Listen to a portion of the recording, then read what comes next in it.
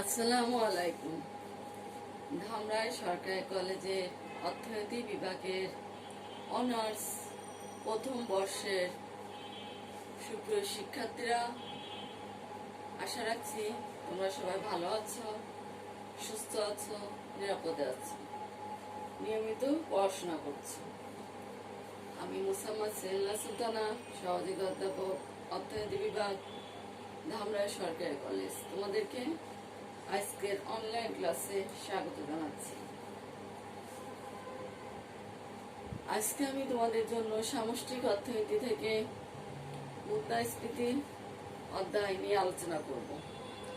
যে বিষয় নিয়ে আলোচনা করব সেগুলো হচ্ছে মুদ্রাস্ফীতি কি, মুদ্রাস্ফীতির হার এবং মুদ্রাস্ফীতির প্রকারভেদ। প্রথমে আসি, মুদ্রাস্ফীতি কি? মুদ্রাস্ফীতির ইংরেজি প্রতিশব্দ হচ্ছে ইনফ্লেশন। সাধারণভাবে মুদ্রাস্ফীতি বলতে এমন একটি পরিস্থিতি বোঝায় যখন দ্রব্যমূল্য বা দাম স্তর ক্রমাগত বৃদ্ধি পায় এবং অর্থের মূল্য হ্রাস পায়। অর্থাৎ মুদ্রাস্ফীতি হচ্ছে এমন একটি অবস্থা যখন দেশে দ্রব্যমূল্য বা দাম স্তর ক্রমাগত বৃদ্ধি পেতে থাকে এবং অর্থের মূল্য কমতে থাকে। বিভিন্ন অর্থনীতিবিদ মুদ্রাস্ফীতির বিভিন্ন সংজ্ঞা প্রদান করেছেন। এর মধ্যে কয়েকজন অর্থনীতিবিদের সংজ্ঞা উল্লেখযোগ্য। অর্থনীতিবিদ গ্রাউটার বলেন, মুদ্রাস্ফীতি হলো এমন এক অবস্থা যখন অর্থের মূল্য ক্রমাগত হ্রাস পায় এবং দ্রব্যমূল্য বৃদ্ধি পায়। অর্থনীতিবিদ কুলবর্নের মতে মুদ্রাস্ফীতি হলো এমন একটি পরিস্থিতি যেখানে অত্যাধিক পরিমাণ অর্থ অতি সামান্য পরিমাণ দ্রব্য সামগ্রীর পেছনে ধাবিত হয়। অধ্যাপক পিগু বলেন, যখন আয় সৃষ্টিকারী কাজ অপেক্ষা মানুষের আর্থিক আয় অধিক হারে বৃদ্ধি পায় তখনই মুদ্রাস্ফীতি দেখা দেয়। অধ্যাপক স্যামুয়েলসনের মতে দ্রব্য সামগ্রী এবং উৎপাদনের উপাদানসমূহের দাম যখন বৃদ্ধি পেতে থাকে সাধারণভাবে তখন তাকে মুদ্রাস্ফীতি বলা হয়। লর্ড কেইন্সের মতে যখন দ্রব্য সামগ্রীর মোট যোগানের তুলনায় কার্যকর চাহিদা বেশি হয় তখনই সেই অবস্থাকে মুদ্রাস্ফীতি বলে। সংক্ষেপে বলা যায়, যখন দেশে প্রচলিত অর্থের পরিমাণ উৎপাদিত মোট দ্রব্য সামগ্রীর তুলনায় অধিক হয় এবং তার ফলে দ্রব্যমূল্য বা দাম স্তর ক্রমাগত বৃদ্ধি পেতে থাকে, সেই অবস্থাকে মুদ্রাস্ফীতি বা ইনফ্লেশন বলা হয়। তবে একটি বা কয়েকটি পণ্যের দাম হঠাৎ কোনো কারণে বৃদ্ধি পেলে তাকে মুদ্রাস্ফীতি বলা হয় না, বরং সার্বিকভাবে পণ্য সামগ্রী বা সেবার দাম স্তর বৃদ্ধি পেলে তাকে মুদ্রাস্ফীতি বলা হয়। মুদ্রাস্ফীতির বৈশিষ্ট্যগুলো হচ্ছে: 1. দাম স্তর ক্রমাগত বাড়তে থাকে। 2. অর্থের মূল্য তথা অর্থের ক্রয় ক্ষমতা কমতে থাকে। 3. অধিক অর্থ দিয়ে কম পরিমাণে দ্রব্য সামগ্রী ও সেবা ক্রয় করতে হয়। 4. সামগ্রিক যোগানের তুলনায় সামগ্রিক চাহিদা বেশি হয়। এবার আসি, মুদ্রাস্ফীতির হার কি? মুদ্রাস্ফীতির হার বা রেট অফ ইনফ্লেশন। তাহলে শিক্ষার্থীরা, আমরা দেখলাম মুদ্রাস্ফীতি হচ্ছে এমন একটি অবস্থা যখন দেশে দ্রব্য মূল্য বা দাম স্তর ক্রমাগত বৃদ্ধি পেতে থাকে এবং অর্থের মূল্য কমতে থাকে, তখনই মুদ্রাস্ফীতি দেখা দেয়। মুদ্রাস্ফীতি ধারণাটিকে সাধারণত শতকরা হারে প্রকাশ করা হয়। ভিত্তি বছরের দাম সূচকের তুলনায় চলতি বছরের দাম সূচকের শতাংশিক পরিবর্তনকে মুদ্রাস্ফীতির হার বলে। মুদ্রাস্ফীতির হার পরিমাপের সূত্র হচ্ছে IR = P1 - P0 divided P0 × 100। এখানে আয় হার হচ্ছে মুদ্রাস্ফীতির হার, P0 হচ্ছে ভিত্তি বছরের দাম সূচক P1 হচ্ছে চলতি বছরের দাম সূচক। উদাহরণস্বরূপ এখানে দুটি বছর আছে, 2015 এবং 2017 সাল। আমরা এখানে ভিত্তি বছর হচ্ছে 2015 এবং চলতি বছর 2017। ভিত্তি বছর 2015 সালে ভোক্তার দাম সূচক ছিল 250 এবং চলতি বছর 2017 সালে ভোক্তার দাম সূচক হলো 300। তাহলে মুদ্রাস্ফীতির হার কত? এখানে আমরা সূত্রে বসাই এটা বের করতে পারি। তাহলে আমরা IR equal to 300 minus 250 divided 250 into 100 equal to কত পাচ্ছি? মুদ্রাস্ফীতির হার 20%।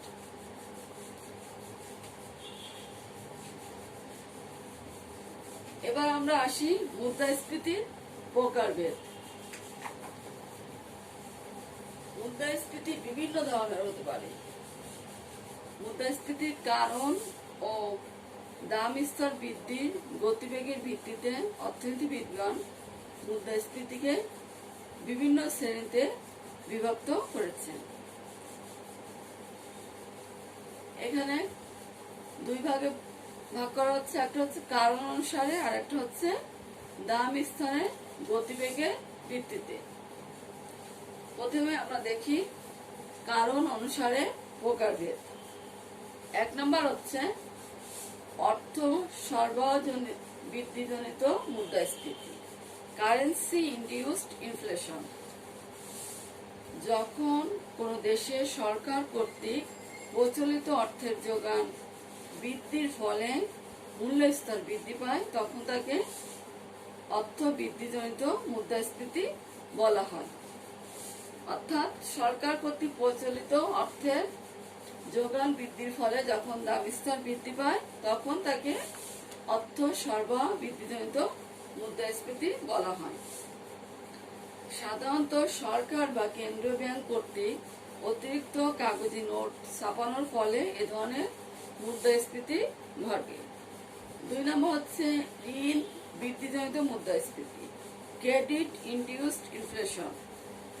যখন কোন দেশের আর্থিক প্রতিষ্ঠানসমূহ বিশেষ করে বাণিজ্যিক ব্যাংকসমূহ ঋণ প্রদানের মাধ্যমে অতিরিক্ত অর্থ বাজারে ছাড়ে তখন দাম স্তর বৃদ্ধি পায়।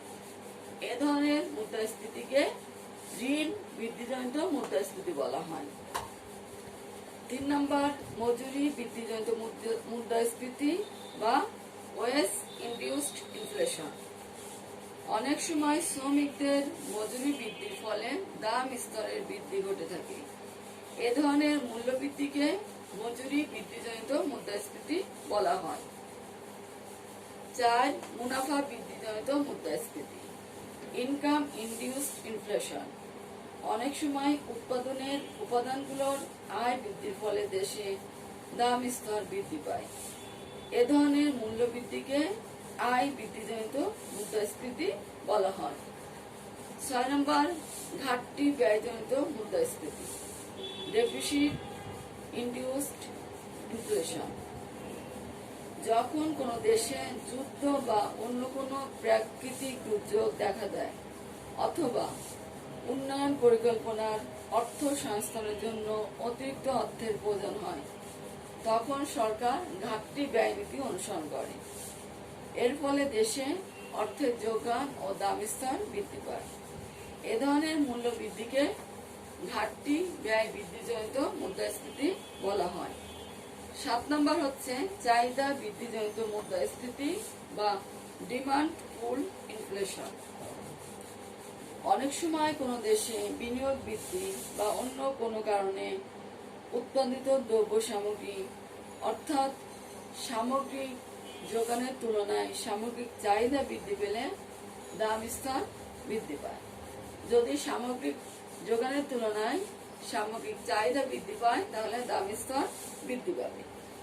এভাবে সমাজে সামগ্রিক যোগানের তুলনায় সামগ্রিক চাহিদা বৃদ্ধির ফলে দাম স্তরের যে বৃদ্ধি হয় তাকে চাহিদা বৃদ্ধিজনিত মুদ্রাস্ফীতি বা ডিমান্ড পুল ইনফ্লেশন বলা হয়। 8 নম্বর হচ্ছে ব্যয় বৃদ্ধিজনিত মুদ্রাস্ফীতি বা কস্ট পুশ ইনফ্লেশন। শ্রমিকের মজুরি, কাঁচামাল, যন্ত্রপাতি এবং উৎপাদনের অন্যান্য উপকরণের দাম বৃদ্ধি পেলে উৎপাদন খরচ বৃদ্ধি পায়, ফলে স্বভাবতই উৎপাদিত দ্রব্য সামগ্রীর দাম বৃদ্ধি পায়।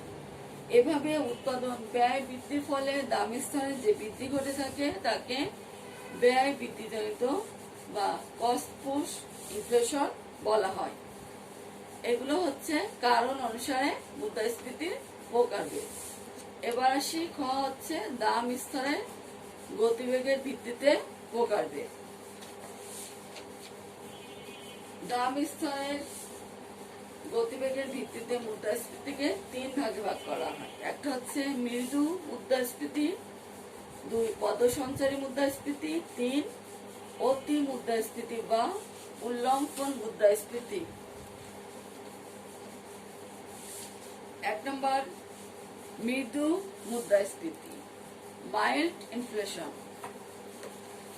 যখন দাম স্তর ধীর গতিতে ক্রমাগত বৃদ্ধি পেতে থাকে তখন তাকে মৃদু মুদ্রাস্ফীতি বলা হয়। এ ধরনের মুদ্রাস্ফীতি দেশের অর্থনীতিতে খুব একটা বিরূপ প্রতিক্রিয়া সৃষ্টি করে না, বরং অনেকের মতে উন্নয়নশীল দেশের অর্থনৈতিক উন্নয়নে এ ধরনের মুদ্রাস্ফীতি কিছুটা সহায়ক। তাহলে মৃদু মুদ্রাস্ফীতি হচ্ছে যখন দাম স্তর ধীর গতিতে বৃদ্ধি পায়। 2 নম্বর হচ্ছে পদসঞ্চারী মুদ্রাস্ফীতি বা ওয়াকিং ইনফ্লেশন। যখন দাম স্তর অপেক্ষাকৃত অধিক হারে হাঁটার গতিতে বাড়তে থাকে তখন তাকে পদসঞ্চারী মুদ্রাস্ফীতি বলা হয়। 3 নম্বর হচ্ছে অতি মুদ্রাস্ফীতি বা উল্লম্ফন মুদ্রাস্ফীতি, হাইপার ইনফ্লেশন বা গ্যালোপিং ইনফ্লেশন। যখন দাম স্তর অত্যন্ত দ্রুত গতিতে বাড়তে থাকে তখন তাকে অতি মুদ্রাস্ফীতি বা উল্লম্ফন মুদ্রাস্ফীতি বলা হয়। অর্থনীতির চূড়ান্ত অস্বাভাবিক অবস্থায় এ মুদ্রাস্ফীতি দেখা দেয়। এই অবস্থায় দাম স্তর লাফিয়ে লাফিয়ে বাড়তে থাকে এবং অর্থের মূল্য দ্রুত হ্রাস পায়। তাহলে দাম স্তরের গতিবেগের ভিত্তিতে মুদ্রাস্ফীতি হচ্ছে 3 ধরনের। একটা হচ্ছে মৃদু মুদ্রাস্ফীতি, 2 পদসঞ্চারী মুদ্রাস্ফীতি, 3 অতি মুদ্রাস্ফীতি বা উল্লম্ফন মুদ্রাস্ফীতি। এছাড়া আরো 2 ভাগে মুদ্রাস্ফীতিকে ভাগ করা হয়। একটা হচ্ছে নিয়ন্ত্রণের ভিত্তিতে প্রকারভেদ। নিয়ন্ত্রণের ভিত্তিতে মুদ্রাস্ফীতি হচ্ছে 2 ধরনের। এক হচ্ছে অবাধ মুদ্রাস্ফীতি আর একটা হচ্ছে দমিত মুদ্রাস্ফীতি। অবাধ মুদ্রাস্ফীতি হচ্ছে ওপেন ইনফ্লেশন। সরকারি কর্তৃপক্ষ যদি মূল্য বৃদ্ধিকে নিয়ন্ত্রণ করতে কোনরূপ চেষ্টা না করে এবং মূল্য বৃদ্ধি অবাধ গতিতে বা বাধাহীনভাবে চলতে থাকে তাকে বলা হয় অবাধ মুদ্রাস্ফীতি। অর্থাৎ সরকার দাম নিয়ন্ত্রণে যদি কোনো ব্যবস্থা না নেয় তখন দ্রব্যমূল্য ক্রমাগত বাড়তে থাকে, তখন তাকে অবাধ মুদ্রাস্ফীতি বা ওপেন ইনফ্লেশন বলা হয়। 2 নম্বর হচ্ছে দমিত মুদ্রাস্ফীতি বা সাপ্রেসড ইনফ্লেশন। দাম স্তর বৃদ্ধির গতিকে বিভিন্ন সরকারি ব্যবস্থার মাধ্যমে নিয়ন্ত্রিত করা হয় তখন তাকে দমিত মুদ্রাস্ফীতি বা সাপ্রেসড ইনফ্লেশন বলা হয়। এরূপ ক্ষেত্রে সরকার বিভিন্ন নিয়ন্ত্রণমূলক ব্যবস্থা যেমন দ্রব্যের সর্বোচ্চ দাম নির্ধারণ, রেশনিং ব্যবস্থা, ব্যাংকের ঋণ নিয়ন্ত্রণ ব্যবস্থা প্রভৃতি ব্যবস্থা গ্রহণের মাধ্যমে মূল্য নিয়ন্ত্রণ করে। এ ধরনের মুদ্রাস্ফীতিকে নিয়ন্ত্রিত বা দমিত মুদ্রাস্ফীতি বলা হয়। তাহলে প্রিয় শিক্ষার্থীরা আমরা দেখলাম মুদ্রাস্ফীতি কি, মুদ্রাস্ফীতির হার কিভাবে নির্ণয় করা হয় এবং মুদ্রাস্ফীতির প্রকারভেদ। প্রিয় শিক্ষার্থীরা, অনেকদিন তোমাদের সাথে আমাদের কোনো দেখা নাই।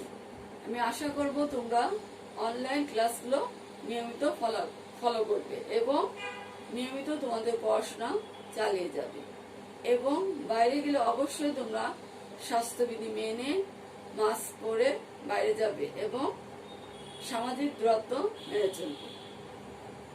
আগামী ক্লাসে আবার কথা হবে। আল্লাহ হাফেজ।